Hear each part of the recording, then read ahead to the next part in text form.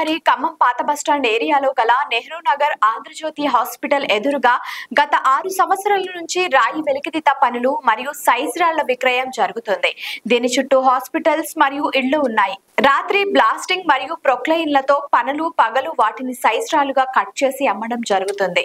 దీనివల్ల వాయు కాలుష్యం పెరిగి శ్వాసకోశ వ్యాధులు మరియు ఇళ్లలో నిత్యం దుమ్ము పేరుకుపోతున్నాయని, ఎన్నిసార్లు కంప్లైంట్ ఇచ్చినా దీని మీద సరైన స్పందన లేదని, చుట్టూ ప్రజల రోగాలు నయం చేసే ఆసుపత్రులు మధ్యలో అనధికార రాళ్ల క్వారీ అనుమతులు ఎలా లభించాయనేది ఇక్కడ ప్రధాన ప్రశ్న. కనీసం చుట్టూ పరదాలైనా కట్టకుండా ఇలా రాళ్లు కటింగ్ చేయడం వల్ల ప్రజల అనారోగ్య పాలు అవడం మరియు ఇబ్బందులు పడడం తప్ప దీనిపై అధికారులు చర్యల శూన్యం. ఇప్పటికైనా సరే అధికారులు స్పందించి దీనిపై ఎంక్వైరీ చేసి తగు చర్యలు తీసుకోవాల్సిందిగా ప్రజలు కోరుతున్నారు. కొసమెరుపు ఏంటంటే ఈ సైట్ ఒక హాస్పిటల్ యజమానికి సంబంధించింది. వారి పలుకుబడి వల్ల దీని వైపు ఏ అధికారి కన్నెత్తి చూడడం లేదని స్థానిక ప్రజలు అభిప్రాయపడుతున్నారు.